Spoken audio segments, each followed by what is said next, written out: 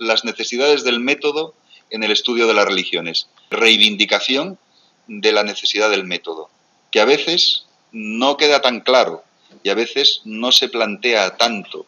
Entramos en los temas sin pensar a veces, quizás sin invertir en la necesidad de reflexividad que una asignatura como esta o un planteamiento como este nos permite, que es darnos cuenta de que el método es clave.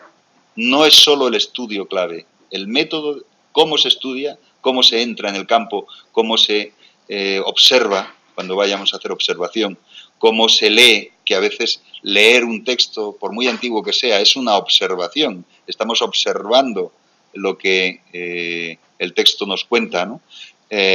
Pues necesita basarse en una estructura, digamos que correcta, si quieren llamarlo así. Yo no les voy a decir que una sea mejor que otra. Yo no les voy a decir cuál puede ser correcta. Lo que sí que les digo es que es necesario, lo correcto es tener en cuenta ese elemento que es el elemento del método a la hora de estudiar las religiones. ¿Por qué? Pues porque, entre otras cosas, las religiones es un campo extremadamente sensible. Y estamos trabajando con contextos sensibles en los cuales la entrada en el campo, en los cuales nuestra posición puede ser determinante a la hora del resultado que vaya a salir adelante, ¿no? Si tenemos un método que detrás tiene una preconcepción, lo vamos a ver porque tienen ustedes un trabajo sobre eso, sobre el ateísmo científico, sí, que era el modelo que tenían en la Unión Soviética en el pasado. Si pensamos que la religión es una falsedad, que lo mejor que podía ocurrir con ella es que desapareciese, pues evidentemente no es el mejor método a la hora de enfrentarnos a un estudio. Y eso ocurrió con unos cuantos de los investigadores soviéticos, que ya lo veremos, ¿no? Pero algunos de ellos enseñaban historia de las religiones, pero también enseñaban cómo destruir esas religiones a funcionarios de la policía política. Por tanto, ahí hay un problema muy claro a la hora de emplear una metodología o emplear un a priori que puede completamente desmontar nuestra capacidad de comprender realmente, puesto que en última instancia lo que tenemos que hacer es comprender, ¿no? Bueno, lo primero que les digo es que yo suelo denominar a la disciplina historia de las religiones, pero esto tienen también una práctica sobre ello, ¿no? Esto es un gusto personal y ustedes pueden hacer lo que les parezca. También me lo dirán lo que les parece, porque en la práctica 1 tendrán que tomar una opción, tendrán que escoger dentro de las diversas denominaciones que hay de la disciplina, tendrán que escoger una. Yo ya les digo que suelo utilizar historia de las religiones, pero sin fanatismo. Es decir, si alguien me dice ciencias de las religiones, me parece muy bien, siempre que estemos en la misma línea. O sea que a mí me parece que la escuela soviética del ateísmo científico llamaba historia de las religiones en lo que hacían y no era historia de las religiones, que era otra cosa. Hay gente que llama ciencias de las religiones a lo que hace y me parece que es tan perfecto como lo que podrían otros denominar, entre los que me cuento, historia de las religiones. Entonces, bueno, pues ya de principio les digo que donde me posiciono, una de las posibles denominaciones de una disciplina, a veces le llamaré a la cosa la disciplina, de lo que busca qué. Les voy a decir cosas muy fuertes. Luego verán si estamos de acuerdo y muchos de ustedes no lo estarán. Incluso que a mí me pasa que yo estoy de acuerdo en un nivel de análisis y en otro nivel de análisis a lo mejor no estoy tan de acuerdo. Cuando les digo que la disciplina intenta sistematizar, analizar y comprender los hechos religiosos de un modo integral, científico, neutral y no religiocéntrico. Se pueden meter conmigo enormemente con lo de la neutralidad, porque desde la posmodernidad hay algo neutral, desde la gran puesta en duda metodológica de la posmodernidad respecto de... Hay algo científico, hay algo neutral, podemos tener una neutralidad respecto de lo que creen otros, que también es en parte lo que nosotros creemos o no creemos o dejamos de creer, es extremadamente difícil. Luego lo iremos viendo, puesto que esto es la primera presentación introductoria. Luego nos iremos metiendo a lo largo de los temas en estos asuntos de neutralidad y cómo capear algo que sería una tendencia a, que es lo que podemos terminar buscando, una tendencia hacia la neutralidad. No es lo mismo no tener en cuenta el tema de la neutralidad y, por tanto, decir, me da igual en mi posición en el campo, me da igual mi posición ante un trabajo, que tenerlo en cuenta.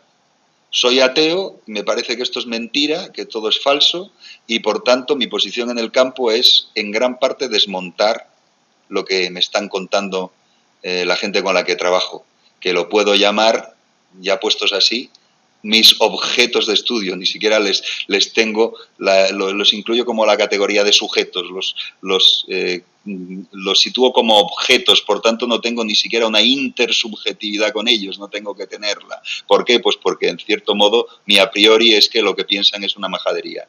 Pues eso ya se pueden figurar que desmonta completamente mi posición, la desmonta. Si no me planteo ser neutral, no me importa esto. En este discurso que les he hecho, que es llevarlo, es una reducción al absurdo realmente, si ya se está dando cuenta, ¿no?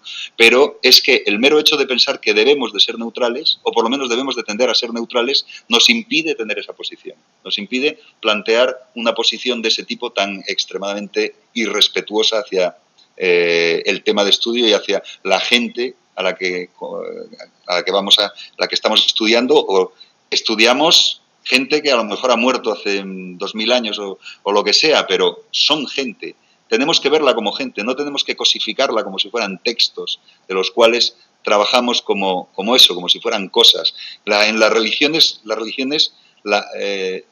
no son cosas, o por lo menos no debemos de tender a cosificarlo, a pesar de que la modernidad tiende a cosificar la religión. La modernidad tiende a hacer de la religión patrimonio, por ejemplo. Entonces el texto se convierte en un patrimonio, pero no es solo un patrimonio.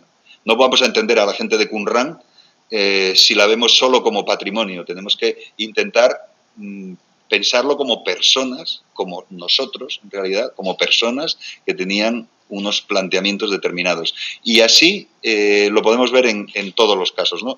Y ahí es donde les podría reivindicar el hecho de que la neutralidad es por lo menos posible como tendencia personal, es decir, como intento. Otra cosa es que la consigamos, ¿no? No religiocéntrico, ya hablaremos de lo que es ser religiocéntrico.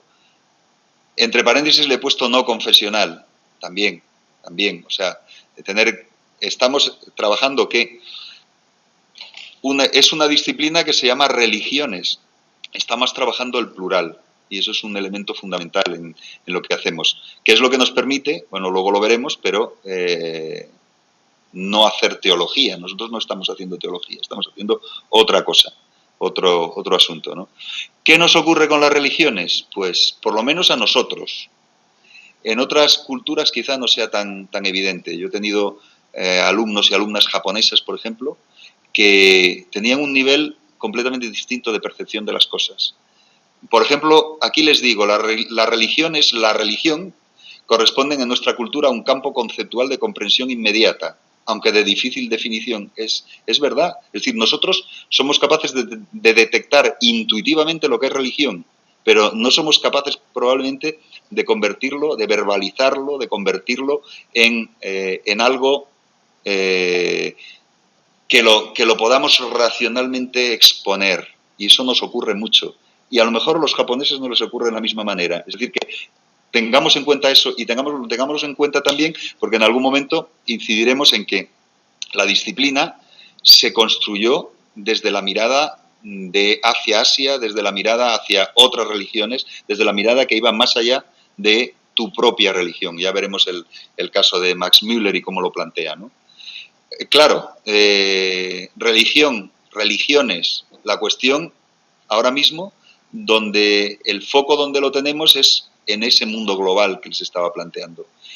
¿Qué ocurre con la historia de las religiones? Pues que desde que surge, Max Müller lo primero que pensó, hay que traducir los textos de Oriente porque no los tenemos, hay que abrirse a Oriente porque no lo conocemos adecuadamente. ¿Qué es? Pues una mirada global.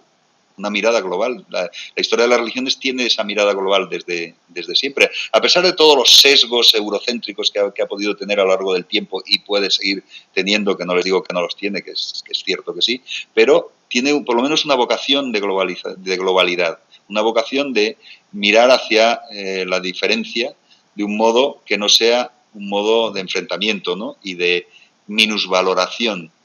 Más bien lo contrario. Max Müller admiraba enormemente las religiones de la India. El hecho de admirar enormemente las religiones de la India en una época en que se despreciaba, en el pensamiento colonial, se despreciaba a lo indio como politeísmo indeseable y como cultura vencida y no moderna, ¿no? Y no científica y no tal y no cual, pues es digno de ser tenido en cuenta, es una de las raíces de la disciplina. Entonces, claro, cuando intentamos pensar la religión desde la mirada global, ¿no? Y desde el mundo que no sea solo el nuestro, sino más allá de ese mundo que nosotros llamamos Occidente, ¿no? Como si no hubiese algo más allá donde se pone el sol, ¿no? Pues resulta un gran reto. Y esto es lo que aquí les planteaba.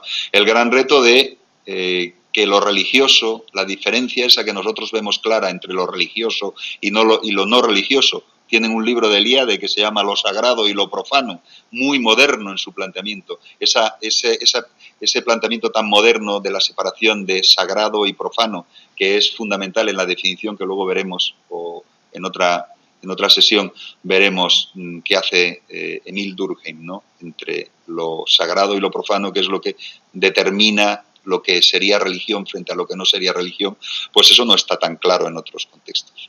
No está nada claro, ¿no? Y bueno, pues a veces, y eso es uno de nuestros problemas, que también lo veremos, en esta pequeña introducción solamente se lo adelanto, pero luego lo incidiremos más en él, ¿no? Que gran parte de nuestros instrumentos están forjados, es un bagaje instrumental forjado desde la ciencia occidental. La ciencia occidental tiene una serie de características, es extremadamente logocéntrica, es decir, basada en lo que se transmite por medio de palabras, es, como les digo, logocéntrica, es oculocéntrica, es decir, lo que se transmite por medio de los ojos, y las religiones tienen otros lenguajes, ya los iremos viendo, otros lenguajes de la religión, en el bloque 3 lo veremos, ¿no? Otros lenguajes que utilizan otros sentidos que no sean solo los ojos y otros modos de vivenciar que no sean solo el logos, ¿no? Que no sean solo el discurso que podríamos llamar de carácter lógico, ¿no? Bueno,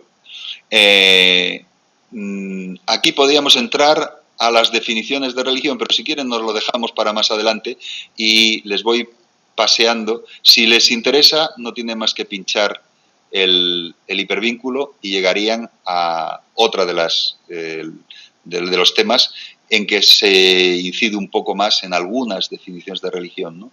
Pero el resumen en esta introducción es que es difícil definir religión al margen de nuestro modo de pensar, lo que se llama etnocentrismo, ¿no? Que todo etnocentrismo en algún sentido mantiene también larvada alguna opción por algún tipo de religiocentrismo.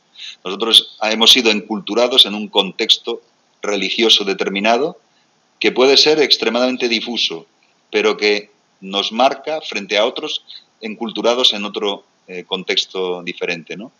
Y eso hay que tenerlo en cuenta a la hora incluso de intentar buscar qué sería religión, que es un poco lo que estamos dando vueltas, ¿no?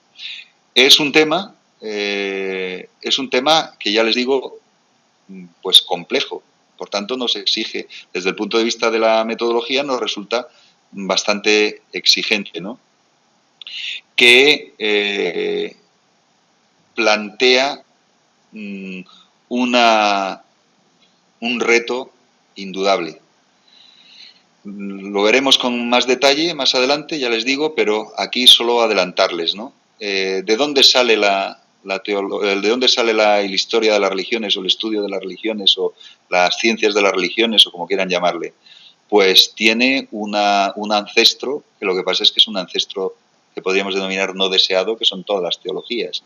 Y todas las teologías en el pensamiento, por lo menos medieval, pero resulta que no es solo el medieval cristiano, sino que, si se dan cuenta y ahondan en muchas otras religiones, hasta muchas religiones de lo más remoto en relación con nosotros, nos encontramos que colocan en el centro del saber el saber teológico.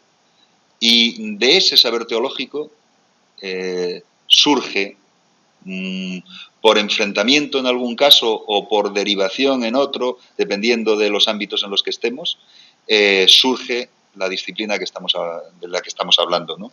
Entonces, ¿qué es lo que ocurre? Pues que a veces es muy difícil diferenciar las opciones teológicas o las opciones confesionales de este tipo de forma de plantear la disciplina. Por tanto, un grado más de necesidad de metodología y un grado más de necesidad de la reflexión teórica y metodológica, es decir, un grado más de apoyo a las necesidades en relación con esta materia, ¿no? Aquí les digo, y vean que lo he resaltado en negrilla, las opciones teológicas o confesionales que se podrían caracterizar incluso como opciones pseudocientíficas. Muy poca gente se atreve a decirlo así, de esa manera, porque puede plantear un serio problema en el propio campo en el que tú estudies. Y es que si las opciones teológicas las ves como pseudociencias, pudiera parecer que es una mirada poco respetuosa. Pero yo se la voy a hacer porque estamos en metodología. Entonces ustedes pueden tomarla o dejarla, pero lo mismo que frente a la astronomía tenemos la astrología, y la astronomía es un saber, digamos que podríamos denominarlo científico estándar, y la astrología puede basarse en ese saber científico estándar, pero detrás hay un universo de creencias. La creencia en que el astro tal, la luna, el sol, Mercurio, etcétera, influyen sobre ti. Eso es un contexto de creencias. La diferencia entre una opción de análisis científica y una opción de análisis pseudocientífica.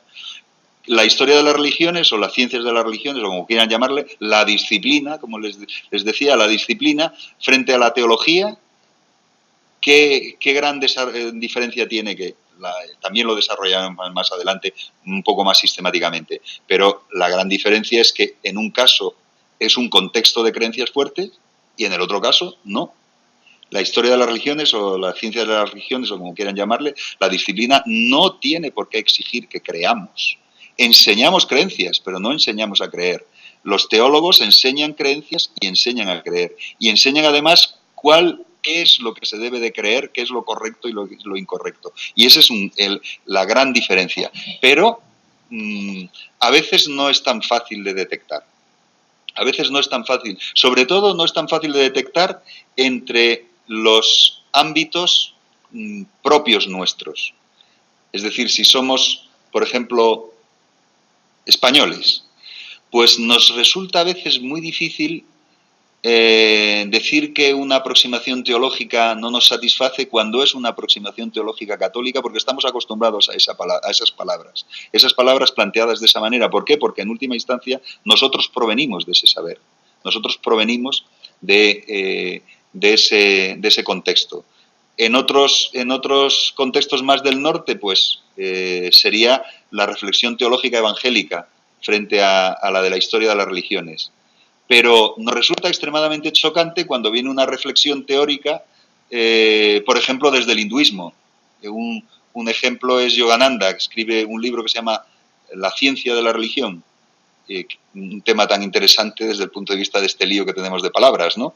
Y cuando dice, la ciencia de la religión es el yoga, Claro, a nosotros se nos saltan todas las campanas mentales y decimos, ¿cómo que el yoga es la ciencia de la religión? Pero estaríamos dispuestos a lo mejor a aceptar otros planteamientos que encontramos, por ejemplo, en ámbitos teológicos, cuando la teología católica la llaman ciencias religiosas en las escuelas, en las facultades de teología, ¿no?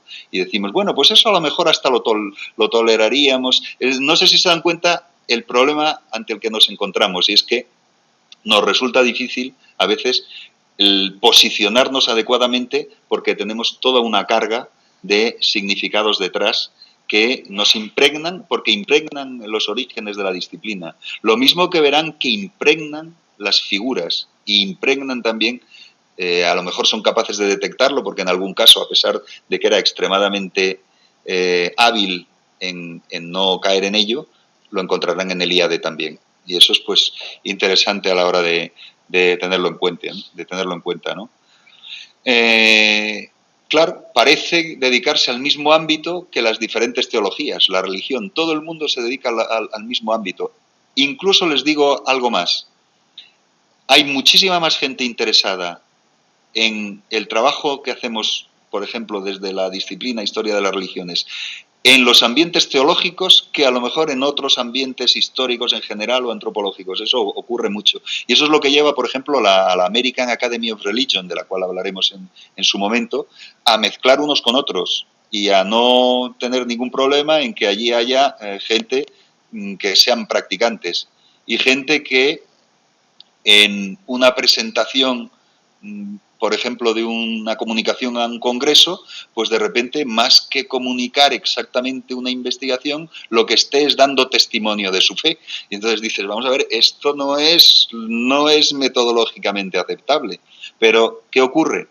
Que el ámbito de los lectores o el ámbito de los interesados es muchísimo mayor, porque hay muchísima gente interesada en la religión.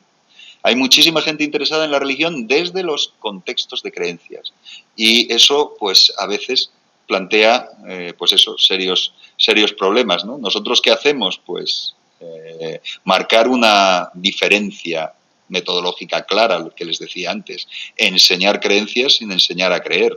No está dentro de nuestra obligación. Estudiar la religión, pero sin predicar, ni moralizar, ni endoctrinar, ni dar testimonio de la superioridad de nuestras creencias respecto de cualquiera de las otras, o incluso de ese hecho en sí que a veces lo obviamos un poco, ¿no? De pensar que lo que nosotros creemos es lo mejor.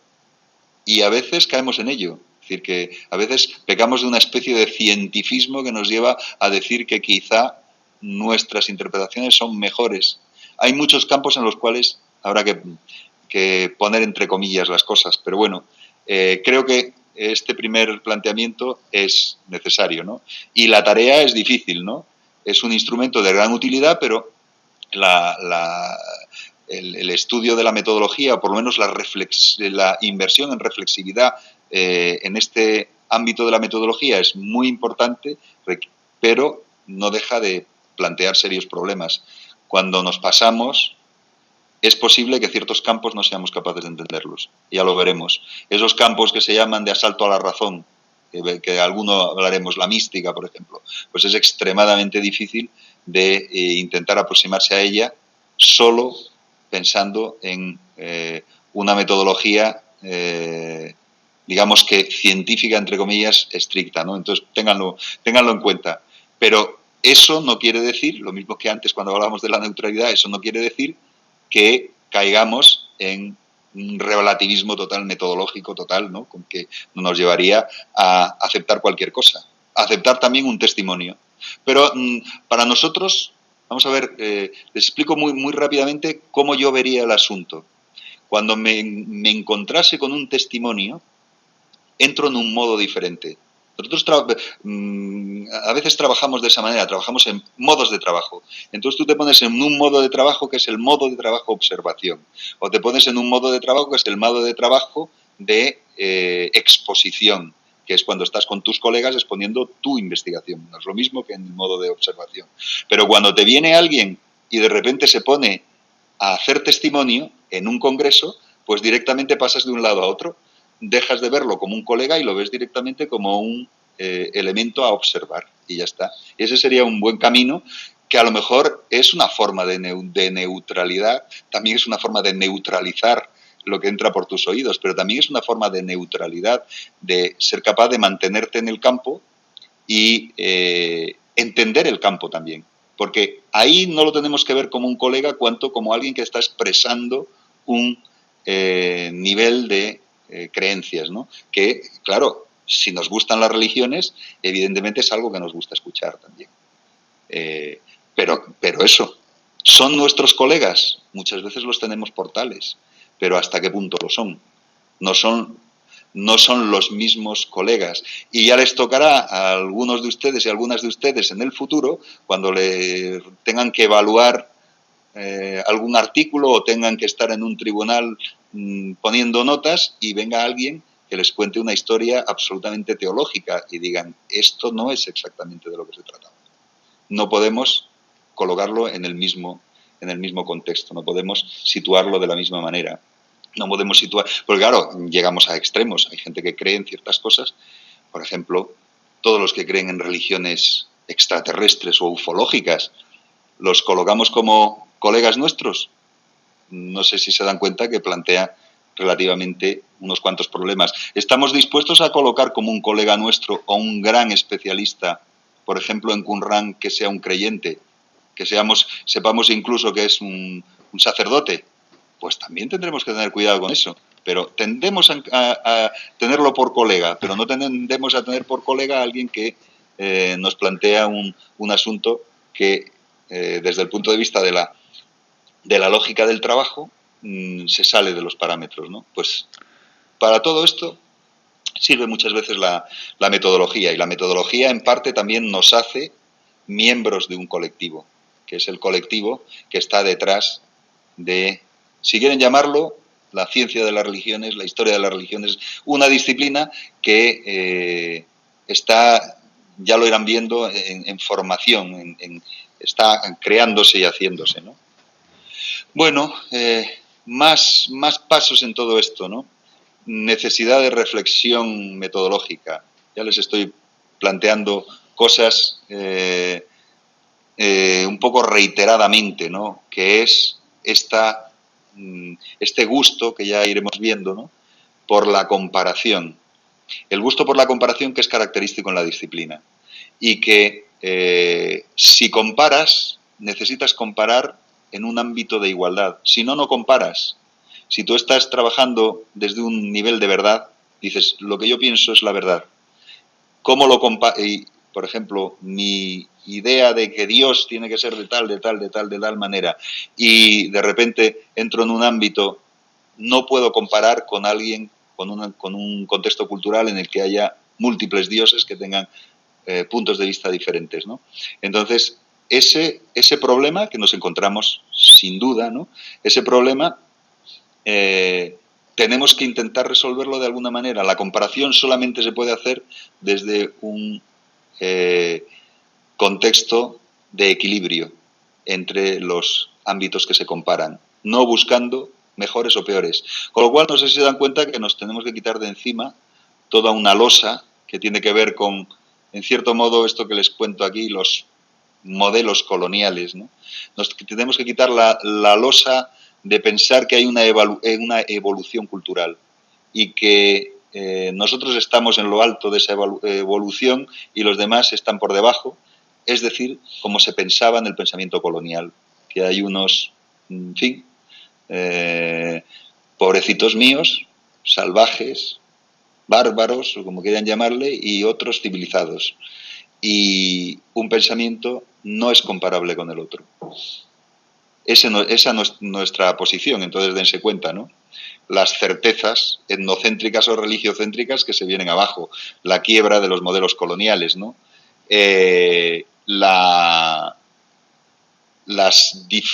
Los puntos de vista de tratamiento de los que entendemos por diferentes, ¿no? Cómo planteas una comparación que se base en una minusvaloración de los diferentes, ¿no? Entonces, esto es ahondar aún más, lo que les planteo aquí es ahondar aún más en esa característica fundamental, que es una de las bases de la disciplina, que es la apertura hacia el mundo del Oriente, ¿no? Hacia las religiones de la India, que empieza evidentemente con Jones, pero los demás que empiezan a dar cuenta de la familiaridad. Empieza con una familiaridad realmente esto, la familiaridad lingüística, que luego termina generando un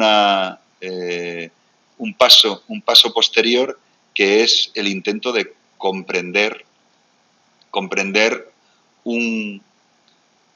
podríamos llamar una equivalencia, ¿no? En cierto modo, la equivalencia en los ámbitos del creer, sin superioridad. Ese sería el planteamiento, ¿no?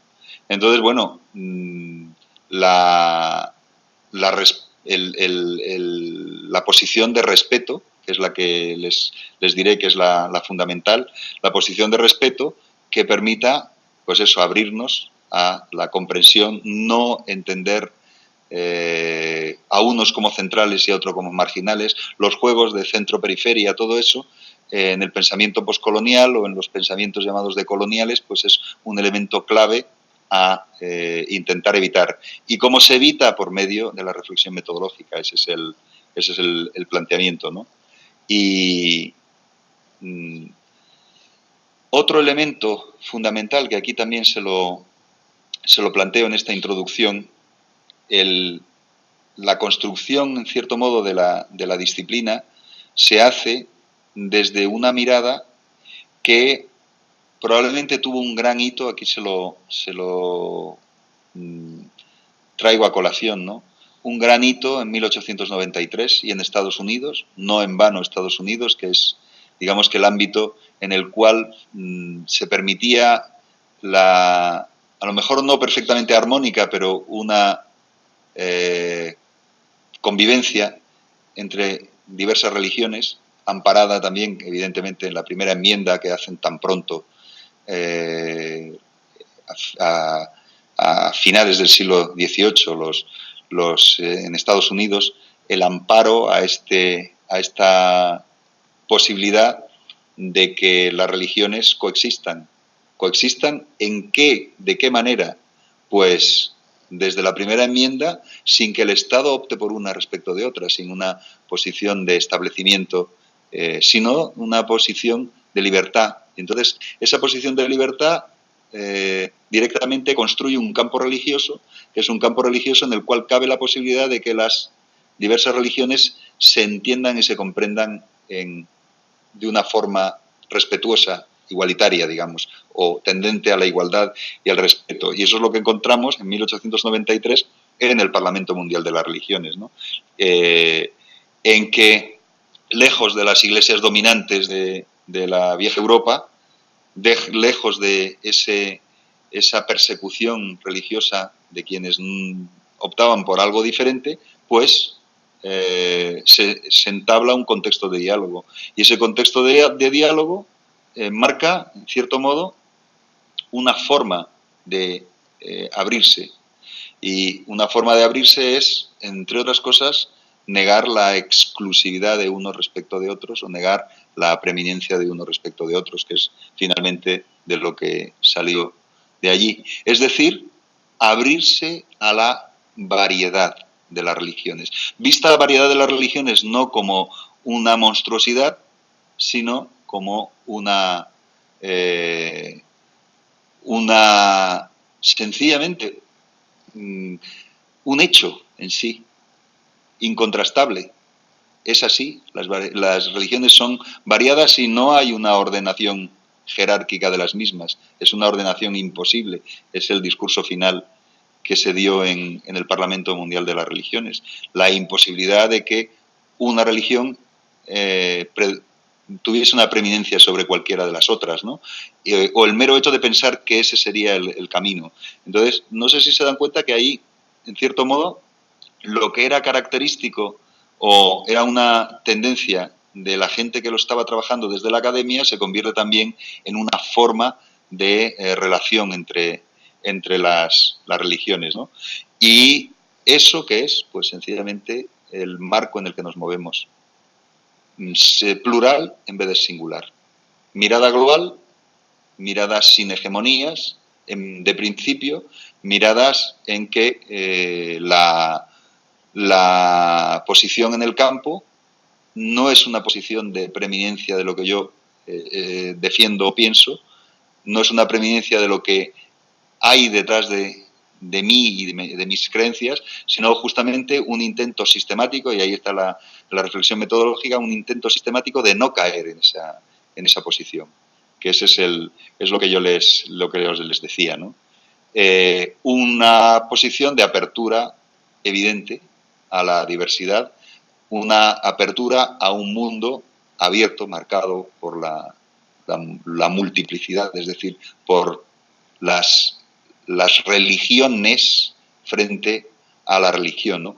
Un tema que no crean que es tan fácil, en el caso, es que somos lo que somos y vivimos en el contexto que vivimos, en el caso español, que a veces tiende a la singularidad en muchos aspectos, ¿no? Entonces, por eso, aún en mayor medida que quizá en otros ámbitos, en el caso de un máster en España, nos exige que tengamos una posición metodológica aún más estricta en este caso, ¿no? Aún más estricta, ¿no? Y, bueno, pues nos encontramos que cabe la posibilidad de que en nuestro entorno haya posiciones que no sean así. Aquí les he traído, en este final de la introducción, les he traído la que denomino caricaturesca posición de Samuel Huntington.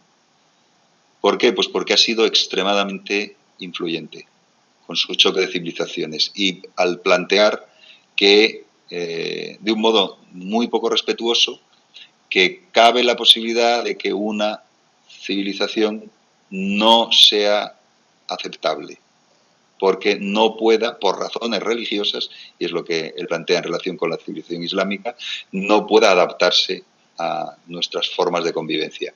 El mero hecho de plantearlo de esa manera, o sea, lo que estoy haciendo es una crítica de carácter metodológico a esa posición, ¿no? El mero hecho de plantearlo de esa manera determina que el analista, lo que parece un analista social, el analista social transforme el propio campo, que es lo que ha ocurrido con Huntington. Pero no es la primera vez. Huntington ha trabajado algunos temas en los cuales ha sido extremadamente, no sé cómo llamarlo, no voy a dar un adjetivo. Uno de sus primeros trabajos se llamó The Basis of Accommodation, fue a Vietnam y dijo que la solución era reducir, algo parecido a lo que hicieron los jesuitas con los guaraníes y otros lugares, ¿no? En California y tal, en reducir a la gente que estaban en las selvas y tal, reducirlos a lugares, sedentarizarlos y dominarlos de esa manera. Él lo dijo que era muy fácil hacerlo a base de echar napalm en la selva.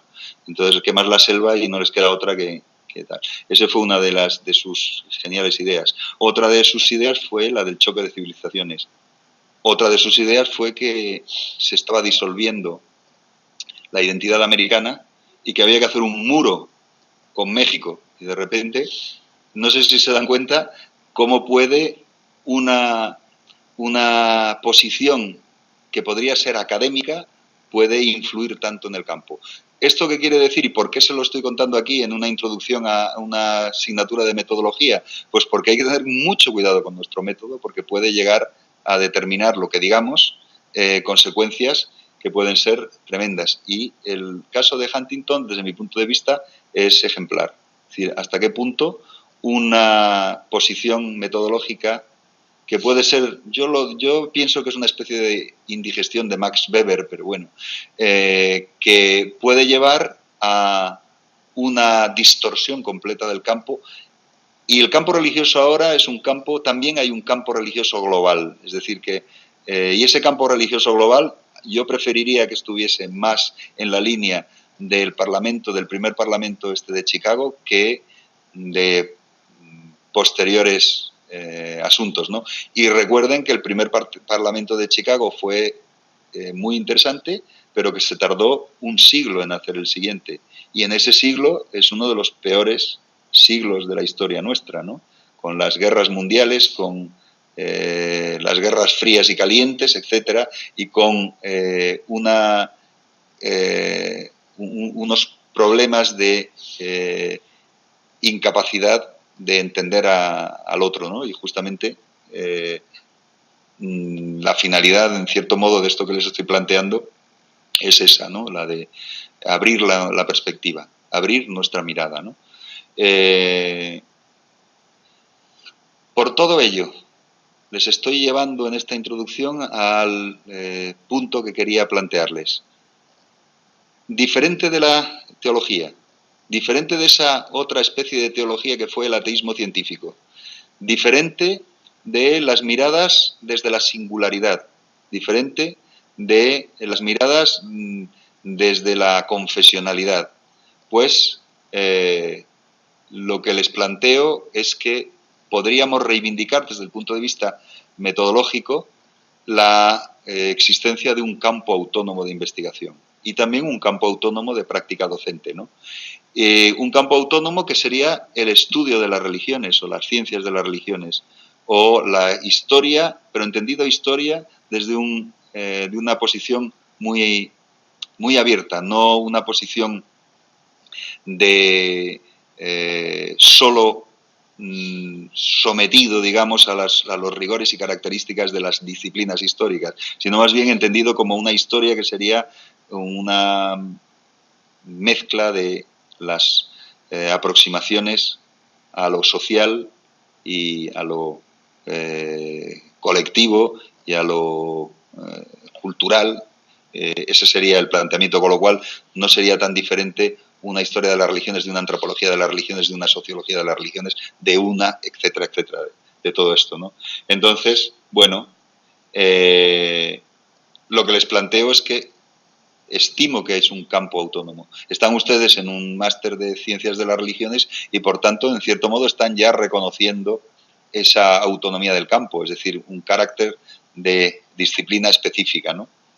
Y en ese ámbito de autonomía de la disciplina, que no les estoy planteando que la religión sea un ámbito autónomo o un ámbito sui generis, que sería, en cierto modo, volver a las miradas teológicas, en cierto modo, ¿no? No es eso, ¿no?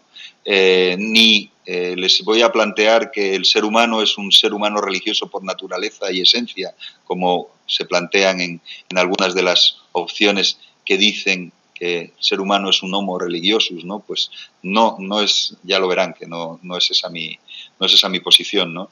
Sino que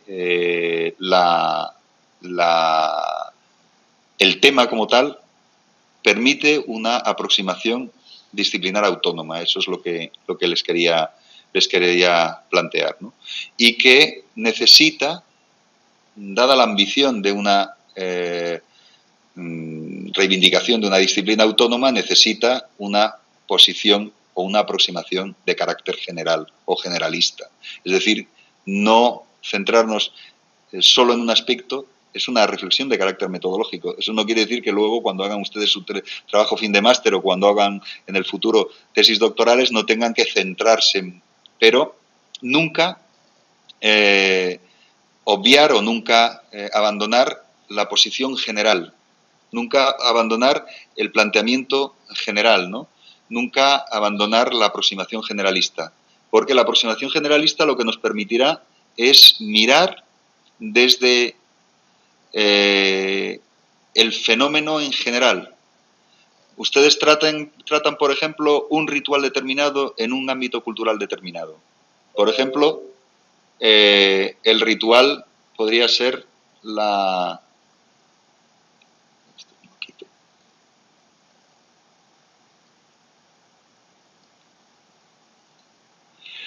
Por ejemplo, el ritual podría ser la libación. Entonces, están estudiando ustedes la libación en el mundo griego. Solo con el ámbito cultural griego llegan a un punto. Pero si no dejan de lado la ambición generalista, podrán situar la libación griega en relación con ese mismo ritual en otros contextos. Ese es sencillamente el planteamiento. Y eso que les permitirá entender mucho mejor la libación griega entender mucho mejor el ritual en un campo cultural determinado, porque serán capaces de ver las diferencias y lo común, las diferencias y las semejanzas con otros ámbitos culturales. Ese es el planteamiento que les digo. Desde el punto de vista metodológico, nunca dejar la mirada generalista. Aunque traten temas determinados, no olvidar el planteamiento generalista, ¿no? Bueno, y esta es una ambición que uno de los grandes en esa ambición fue justamente Mircea Eliade. Mircea Eliade intenta hacer lo que él llamó una hermenéutica total, es decir, una aproximación total desde el punto de vista de la explicación. Que lo consiguió o no, es una de las cosas que ustedes pueden detectar en la lectura que hagan. Si efectivamente lo consigue o no lo consigue. Es decir, si efectivamente ese intento de posición tan general le lleva o no le lleva a algún lugar, ¿no? En todos los casos que vamos a ir viendo que van a estar conmigo, vamos a terminar con una pregunta. Y en esta pregunta que les dejo, ¿no?, es la siguiente. Pregunta: si los problemas de definir religión no invalidan cualquier intento de conformar de modo consensuado una disciplina científica homologable. Es decir, si al tener tales problemas para definir lo que hacemos, no estamos invalidando esto que les decía antes de una disciplina científica homologable.